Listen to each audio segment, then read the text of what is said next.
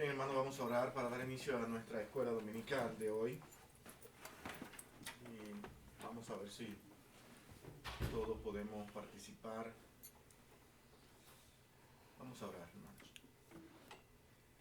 Bendito Dios y Padre nuestro, Señor, alabado sea tu nombre. Bendito es tu nombre por los siglos de los siglos.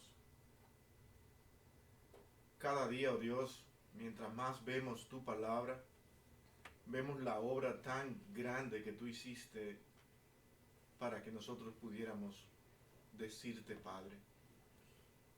Para que pudiéramos hoy tener ese privilegio de hablar contigo. Y estamos, oh Dios, haciendo uso de este privilegio en este momento para pedirte y rogarte a ti, Señor, que seas tú quien dirija todo cuanto vamos a hacer. Señor, conoces cada uno de nuestros hermanos, los que están enfermos, las necesidades de cada uno de ellos, tú las conoces, Señor, en tus manos las encomendamos. Las personas que en este mismo momento también están, oh Dios, enseñando y estudiando tu palabra con las iglesias que tú, Señor, has puesto en manos de estos pastores, que seas tú, Señor, quien cuide y guarde cada congregación que en tu nombre hoy se han reunido. Dirígenos, cuídanos y guárdanos, para que todo cuanto hagamos, oh Dios, sea para tu gloria. Que todo cuanto hagamos te honre a ti, porque tú eres nuestro Dios y nuestro Señor, y a ti adoramos y servimos. Cuídanos y guárdanos, Señor, en todo cuanto vayamos a hacer en este día. Porque te lo pedimos, oh Señor, en el dulce nombre de tu Hijo amado Jesucristo, todo con gracias. Amén. Si alguien puede cerrar esta puerta de aquí, que ellos van a estar ahí en algunos movimientos.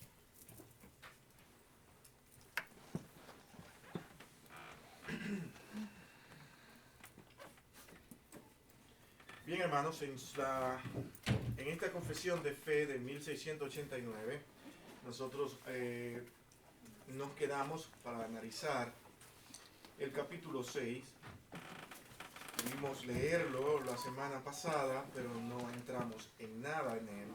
Creo que, según voy mirando, creo que vamos a tener un buen tiempo leyendo, estudiando cada una de las partes de este párrafo número 6 del capítulo 19, que habla de la ley de Dios.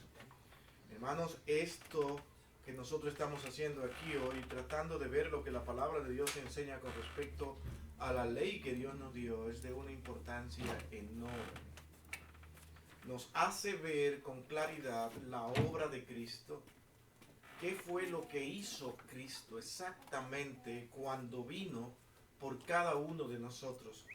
¿Y qué fue lo que pasó en el Antiguo Testamento cuando Dios entregó su ley?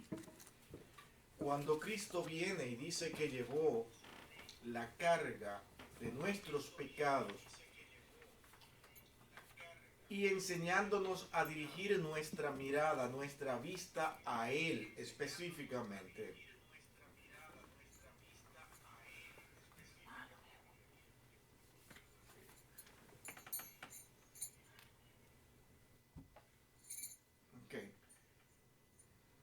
Que cuando se encienden acá también me confundo y me saca un poquito de concentración. La ley de Dios siendo entregada al pueblo para manifestar todo lo que Dios era. ¿Qué hace la ley? Declara la santidad de Dios. ¿Qué hace el hombre cuando ve la ley? Demasiado para él. ¿Cómo podemos nosotros complacer a Dios con todo esto que nos pide? De boca parecía que sí podían complacerlo, pero de repente, al ver todo lo que estas leyes contienen, se dan cuenta que no pueden.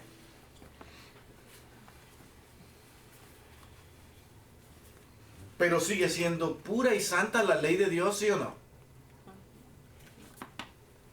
Sigue siendo pura y santa, porque es la manifestación de lo que Dios es. y la declaración exacta y perfecta de las debilidades del hombre por vivir en un cuerpo que necesita ser regenerado. Cuando yo veo esto, yo pienso en algunas normas y formas que ha adoptado la iglesia de hoy en día, y es llamarle al pecado enfermedad. ¿Ustedes han escuchado eso?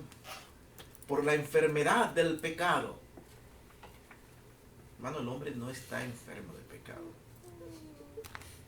El hombre necesita realmente venir a Cristo para poder vivir a la altura de lo que Dios demanda. El hombre necesita arrepentimiento, reconocer que él no es suficiente.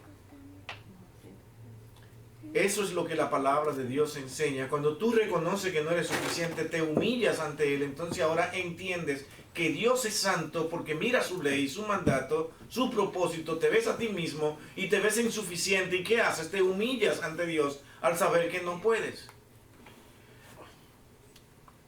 Al demandarle al pueblo judío la ley, ellos realmente vivían en un pacto de obras. Yo tengo que hacer para complacer a Dios, someterme a todo lo que Dios ha determinado para poder acercarme a Él. Y esto era una batalla sumamente fuerte, porque todo hombre va a terminar dándose cuenta que no puede complacer a Dios por más que haga. Isaías declara que quieres hacer obra, quieres hacer muchas cosas. Fíjate, ¿sabe cómo llegan tus obras ante Dios? Como trapos de inmundicia. Necesitaban a un redentor, necesitaban al que había de venir. Ese es el evangelio. Si esto no se entiende, todavía estaremos viviendo, creyendo que mi salvación depende de mí. Y es como en una ocasión escuché al pastor Sugel decir que qué bueno que nuestra salvación no depende de nosotros. Es una gran noticia que no dependa de nosotros. Porque si dependiera de nosotros, nadie sería salvo. ¿Se entiende? Vamos a leer este párrafo y ver qué nosotros vamos hoy a analizar aquí entre nosotros. Vamos a estar hablando, vamos a hacer un conversatorio entre nosotros si Dios lo permite aquí y ver si ustedes pueden envolverse en todo lo que vamos a estar leyendo. Por lo pronto yo quiero que ustedes vayan buscando para ir ganando tiempo de Hechos 13:39 y vamos a leer Gálatas 2:16, Gálatas 4 al 5. Ok, Hechos 13:39, no lo van a leer, lo van a buscar. ¿Quién tiene ese primer pasaje de Hechos 13:39? Allá. ¿Quién tiene a Gálatas 2:16? ¿Quién lo tiene? Acá. Ahora otro más. Romanos 6:14. Y el 8:1 de Romanos también quiero que lo lea ahí mismo, el que va a leer el 6:14 y el 8:1. Ese lo tiene Harrison. Ok, perfecto. Vamos a entonces ahora a leer el párrafo y ver qué es lo que vamos a tratar hoy. Inmediatamente leamos el verso, leamos el párrafo, vamos a analizar paso por paso lo que este párrafo nos está diciendo. Yo creo que este párrafo que estamos nosotros analizando hoy es uno de los más importantes con respecto a lo que declara sobre la ley. Hasta ahora hemos visto la ley moral, ley ceremonial, la importancia dada por Dios, la importancia de la ley que ha sido dada por Dios. Ahora, ¿cómo aplica la ley hoy a la vida de las personas? Noten que he dicho las personas, todos en sentido general, creyentes regenerados o no, necesitan de la ley de Dios. ¿Qué dice este párrafo? ¿Quién puede leerlo por mí si alguien me hace ese favor? ¿Párrafo cuál? El 6 del 19.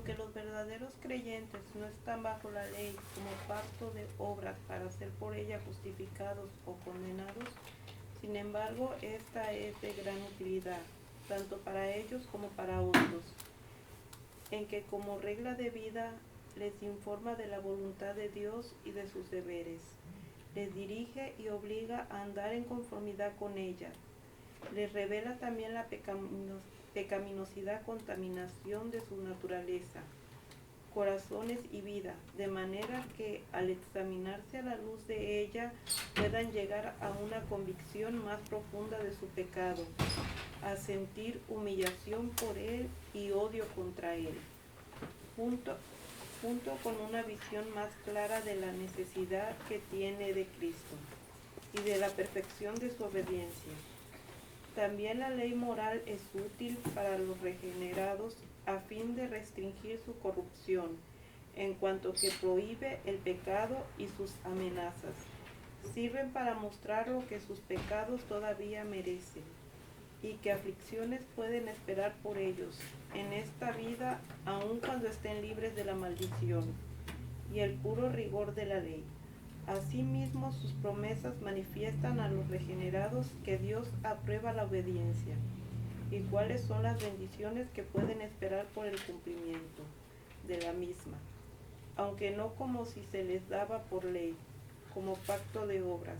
De manera que si alguien hace lo bueno y se abstiene de hacerlo por lo malo, que la ley le manda lo uno y le prohíbe lo otro, no por ello demuestra que se encuentra bajo la ley y no bajo la gracia. ¿Ya se dieron cuenta al leer este párrafo la importancia del mismo? Es un párrafo que prácticamente nos ubica. ¿Dónde estamos nosotros cuando escuchamos la palabra ley? Podemos decir nosotros, ya no estamos bajo la ley, estamos bajo la gracia, y entonces ahora sí, ¿qué decisión tomar? Ahora yo entonces tomo mi decisión de no mirar la ley y entonces ahora ver lo que está escrito en el Nuevo Testamento. Resulta que yo te puedo decir, perfecto, haz eso. Porque todo lo que vas a encontrar en el Nuevo Testamento tiene que ver con la ley de Dios. Todas las ordenanzas y mandamientos que encuentras en el Nuevo Testamento, que son incluso más que los del Antiguo Testamento, van ahora ¿a qué? A regir tu vida de la misma manera que te estaba enseñando la ley. El problema no es rechazar la ley como si dijéramos que es que la ley simplemente significa los sacrificios que llevamos al altar, derramar el cordero, hacer todas estas cosas. No, eso no era la ley. La ley de Dios era mostrar la santidad de Dios al hombre. Y el hombre tenía que ver a Dios como puro y santo y ver cómo agradar a Dios. Ahora, este deber del creyente no ha desaparecido. Este deber de las personas que no son regeneradas no ha desaparecido. Son las mismas demandas porque Dios sigue siendo el mismo. ¿Me doy a entender? Dios sigue siendo el mismo de siempre. Él no ha cambiado. Ni envió a Cristo para mostrar un cambio. Ahora voy a ser yo diferente. Dios sigue siendo el mismo. Solamente que al ver nuestra imposibilidad de salvación, tuvo misericordia, tuvo amor para con nosotros y envió ahora su Cordero, que fue tipificado en los sacrificios del Antiguo Testamento. Dios sigue siendo el mismo y tenemos que buscar de Dios de la misma manera. Ahora, ¿cuál es la diferencia? Que yo sé que eso es lo que más nos interesa a nosotros. La diferencia es que ahora yo aprendí a humillarme y no aprendí a ser arrogante para manifestarle al mundo que yo soy más santo y más puro que tú, porque yo obedezco mejor. Ahora yo puedo someterme más, aunque eso existe lamentablemente dentro de nuestros tiempos, con creyentes que lo hacen de manera equivocada, que por haber tenido ciertos estudios o ciertas integridad delante de Dios, ellos llegan a creerse que son mejores que los demás, son más santos, más puros. Sin embargo, a mí me encanta como Gálatas capítulo 6 presenta a la iglesia por completo. le dice, ustedes que son espirituales, restauren al hermano que está débil, indicando de que llamarse espiritual es un asunto de todo aquel que Dios ha regenerado, estando en la misma condición y necesidad de humillarse ante su presencia. Esta es la parte clave del cristianismo. Humillación. Yo no soy mejor que tú. Yo no soy más grande que tú. Yo no puedo menospreciarte a ti porque Dios me haya puesto en un lugar donde tengo que ser luz, donde tengo que manifestar lo que Dios ha hecho en mí para provecho de los demás hermanos, pero es Dios quien lo ha hecho. Cada cambio de avance en santidad, mi hermano, es Dios quien lo produce. Y el deseo de ustedes querer venir, entregarse y servir a Dios, es Dios quien lo produce. Porque Dios pone el querer como el hacer. ¿Se entiende? Si Dios pone el querer como el hacer en nosotros, borra toda posibilidad de yo creer que puedo. Cuando yo creo que puedo, entonces ahora vivo como si estuviera viviendo bajo esa ley. Yo puedo, yo soy más, yo soy más. Es por obras. Mi salvación la puedo perder porque es por obras. Allá, nuestro hermano. Iba a decir que también es bueno ver la ley, como dice aquí, que la ley les revela la pecaminosidad, contaminación de sus naturalezas, corazones y vida, de manera que al examinarse a la luz de ella puedan llegar a una convicción más profunda de su pecado. Y pensando en una humildad genuina que va más allá de decir, yo no soy mejor que las personas, porque hoy en día toda la gente, hasta no creyentes, dicen eso, pero no lo creen.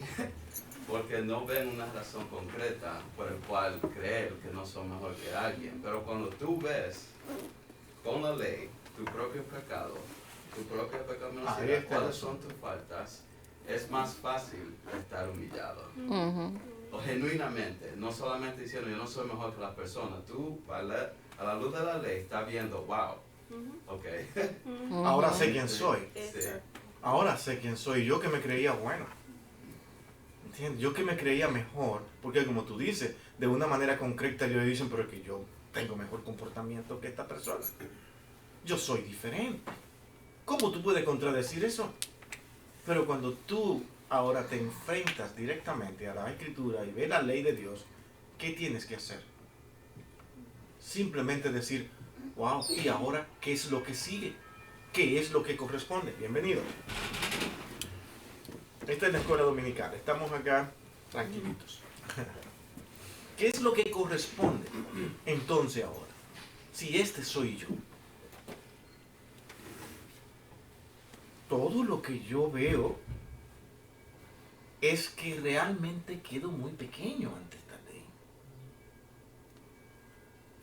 Y a medida que voy mirando más la gracia de Dios, que Él haya podido decirme, ya ven, ya saben quiénes son ustedes. Ahora ustedes miran a Cristo, como decía Pablo, al ver sus luchas y sus batallas, con él en el capítulo 7 de Romanos, él decía, hermano, a mí no me queda otra que solamente de dar gracias a Dios. Porque a medida que mi vida avanza y camino, me doy cuenta de lo insuficiente que soy. De lo poco capaz que soy para vivir a la altura de esta verdad que Dios ha declarado como ley. El creyente, cuando ve la ley de Dios, debe amarla. Debe decir, wow, Señor, esto eres tú. Y como dijimos el domingo pasado, estas son declaraciones de lo que es Dios con palabras humanas. ¿Ustedes se acuerdan lo que dijimos con respecto a eso? Es que estas palabras humanas, las que usted lee, no importa la versión que usted tenga de la Escritura, no van a ser suficiente aún para nosotros poder ver la magnitud de lo que significa la santidad de Dios. ¿Por qué fueron dichas con palabras humanas? Y las palabras humanas se quedan cortas para poder realmente manifestar todo lo que Dios es. ¿Les suena eso extraño en sus oídos? Dice, pero entonces ¿qué pasa? No, Dios sabía que sería así. Pero fíjense si aún así los hombres al ver la ley de Dios declarada se dan cuenta de que ellos no pueden. Eso indica otra cosa. Que la gravedad del pecado mío es demasiado grande. ¿No pudieron notar lo que estamos haciendo con esto? Wow, si aún así, que no es todo lo que podemos ver de la santidad de Dios, y aún así cuando yo la veo, la analizo, me empequeñezco tanto que me veo imposibilitado. ¿Y qué hago? Bueno, en el Antiguo Testamento decían, voy a hacer mi mejor esfuerzo. Voy a continuar adelante. ¿Qué es lo que hay que hacer? Llevar cordero al altar. Cumplir con todo lo que Dios me ha dicho, que solamente era una tipificación de lo que Cristo haría más tarde con su sacrificio, donde todo quedaría como sombra de lo que ahora es la realidad. Los hombres pensaron que haciendo todo esto podían agradar a Dios, pero daban la vuelta y volvían otra vez a su mismo estado, a su misma lucha, a su misma batalla, al igual que hoy.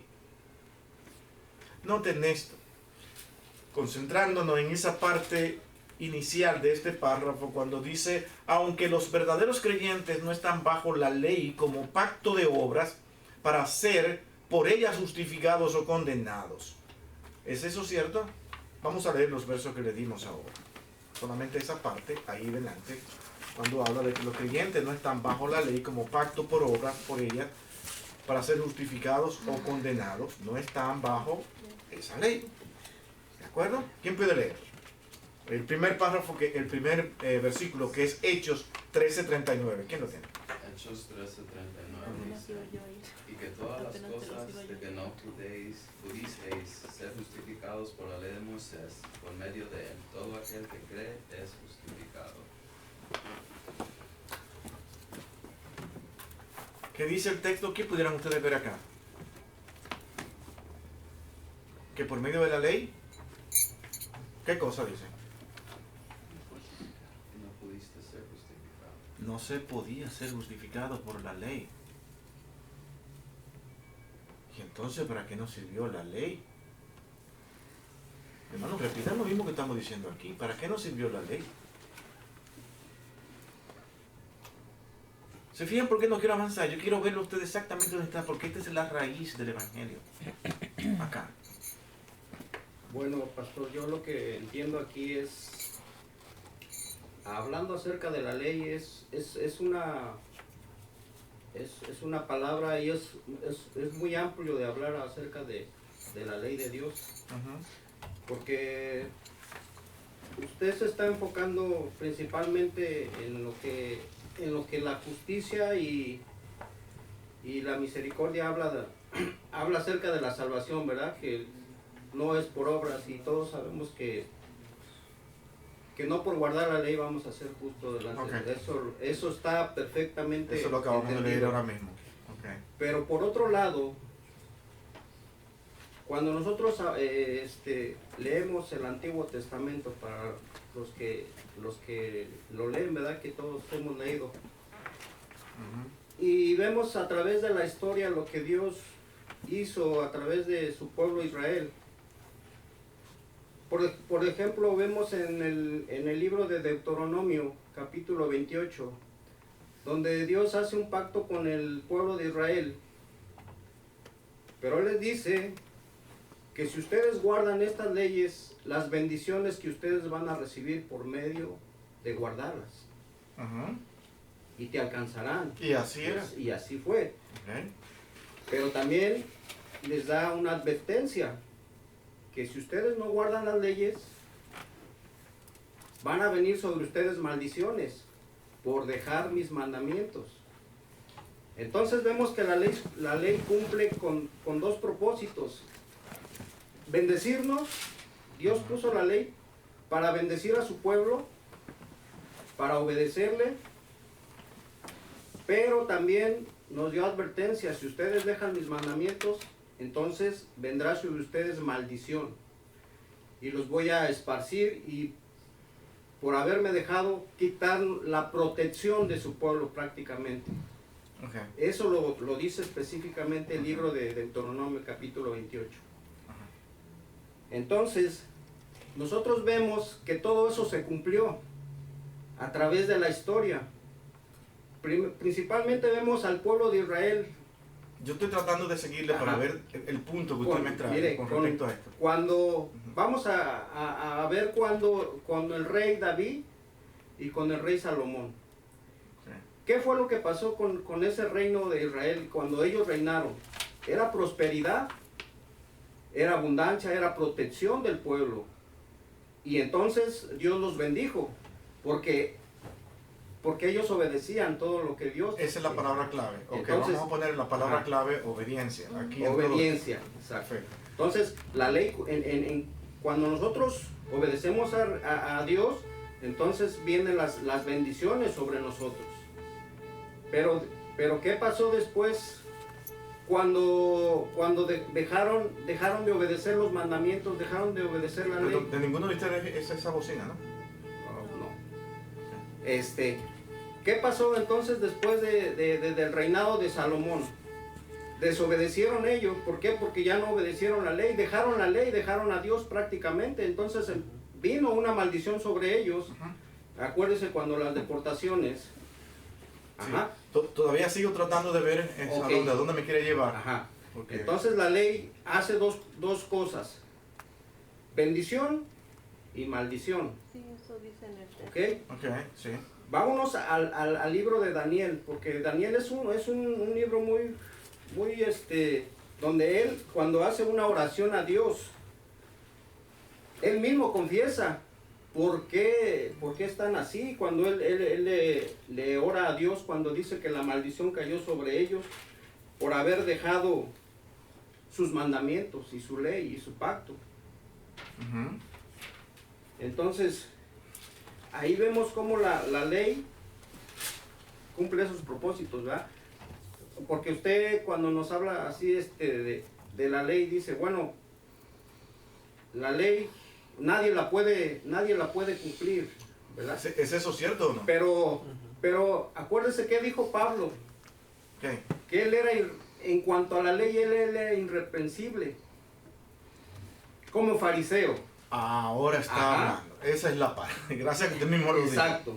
Okay. Porque él mismo no se puede contradecir porque dice que no hay ni uno justo, Porque ¿verdad? todos pensaron que estaban perfectamente en la ley. Entonces a lo que voy, mire, Y es a donde yo la quiero ora- ver el punto. la oración de Daniel en el capítulo 9, Ujú.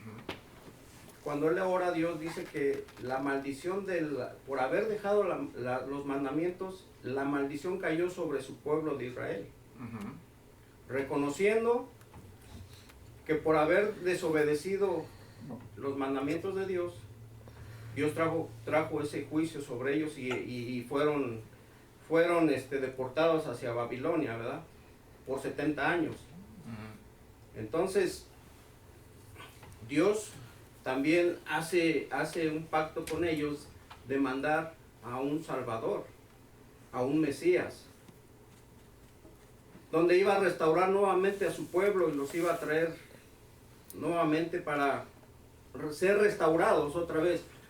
Entonces, pero ya hablando así, generalmente la ley hace dos funciones: son bendiciones para su pueblo, y si uno deja la ley son maldiciones. O sea, pero sin, Ok, sin hacer a permíteme. un lado bueno, porque sin hacer a un lado He tratado la de... justificación, Sí. ¿verdad? Porque esa... He tratado de ver a dónde me quiere llevar con todo esto, pero fíjese lo que sucede. La ley de Dios es exactamente eso que usted ha dicho.